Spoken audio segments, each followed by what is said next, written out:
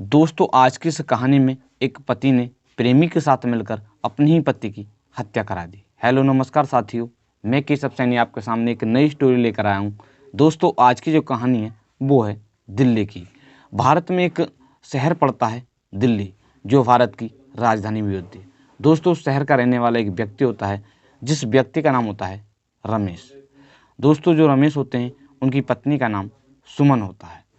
दोस्तों शादी होने के पश्चात उनके 2 बच्चे होते हैं और इसके पश्चात वो अपने घर का खाना खर्चा चलाने के लिए बाहर मजदूरी करने के लिए अक्सर चले जाया करते थे। दोस्तों इसी दौरान उनकी पत्नी का एक व्यक्ति के साथ, दिल्ली के रहने वाले एक व्यक्ति के साथ, जिस व्यक्ति का नाम होता है धर्मवीर गुप्ता, उसके साथ प्रेम प्रसंग शुरू हो जाता है।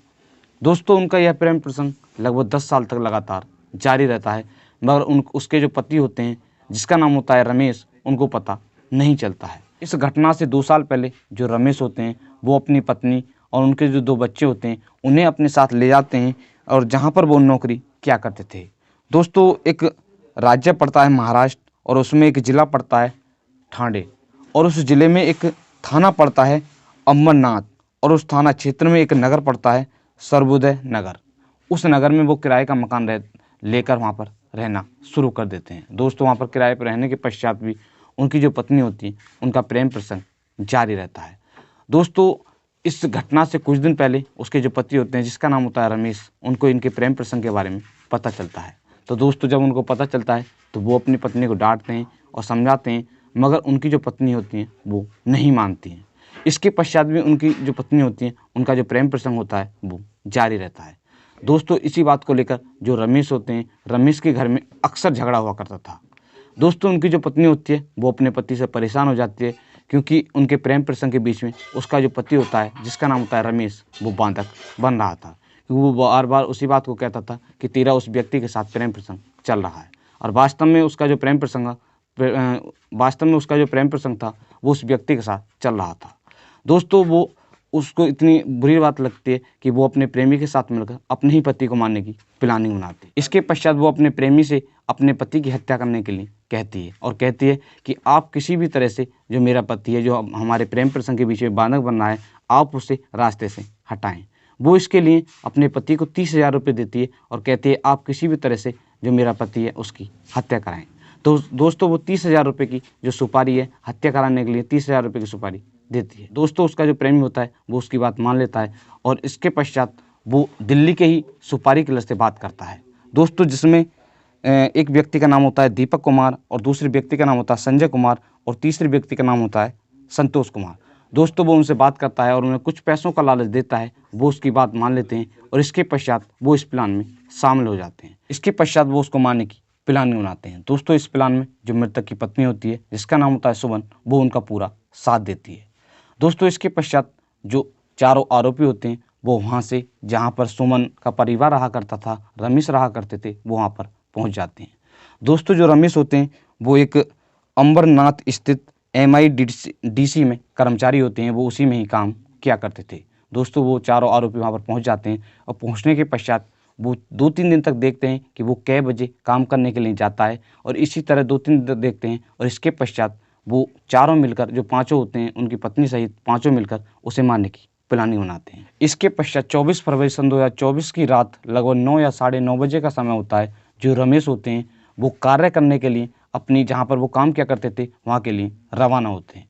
दोस्तों वो घर से कुछ ही दूरी पर बढ़ते हैं, और इसके पश्चात वो चारों आरोपी होते हैं प्लानिंग के अनुसार एक अंबरनाथ बदलापुर रोड पर एक भोजनालय के पास उसको रोक लेते हैं। जो रमेश होता है उसको रोक देते हैं, और रोकने के पश्चात वो चाकू से हमला कर घायल कर उसकी हत्या कर देते हैं।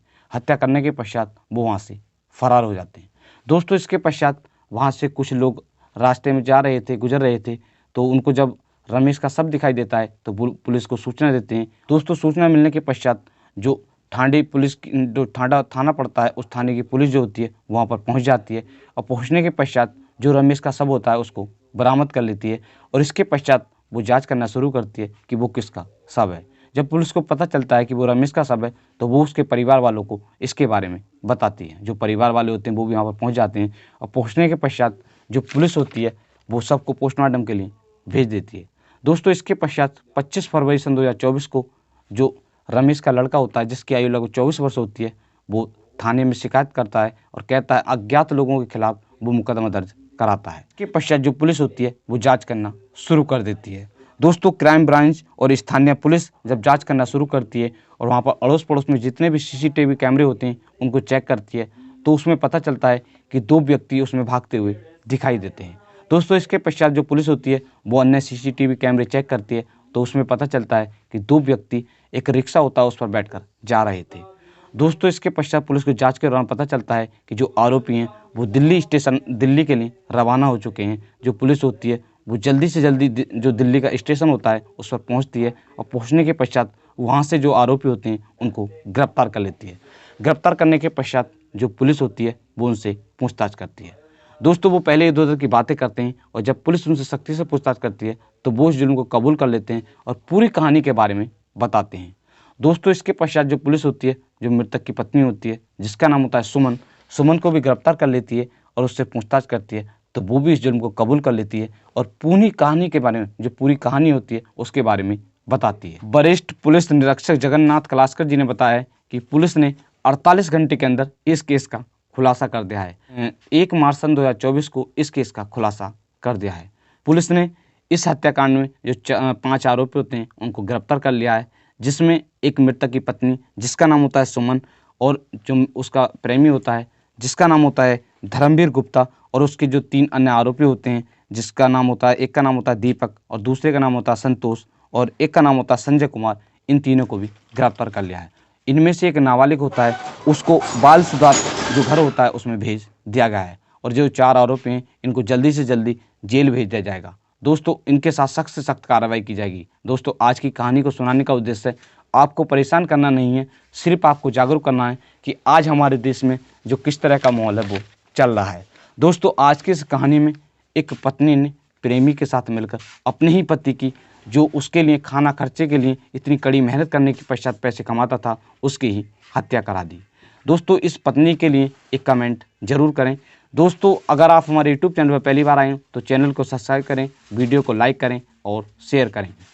दोस्तों, आज की जो कहानी है मैंने इसको पढ़कर तैयार किया है Navbharat news, R Bharat news और क्राइम तक न्यूज़ और IBC news, mid day news और आज तक न्यूज़, इन सभी न्यूज़ से पढ़कर इस कहानी को तैयार किया है। इसका लिंक आपको वीडियो के डिस्क्रिप्शन में मिल जाएगा। तो दोस्तों, मिलते हैं आपको नेक्स्ट कहानी के साथ।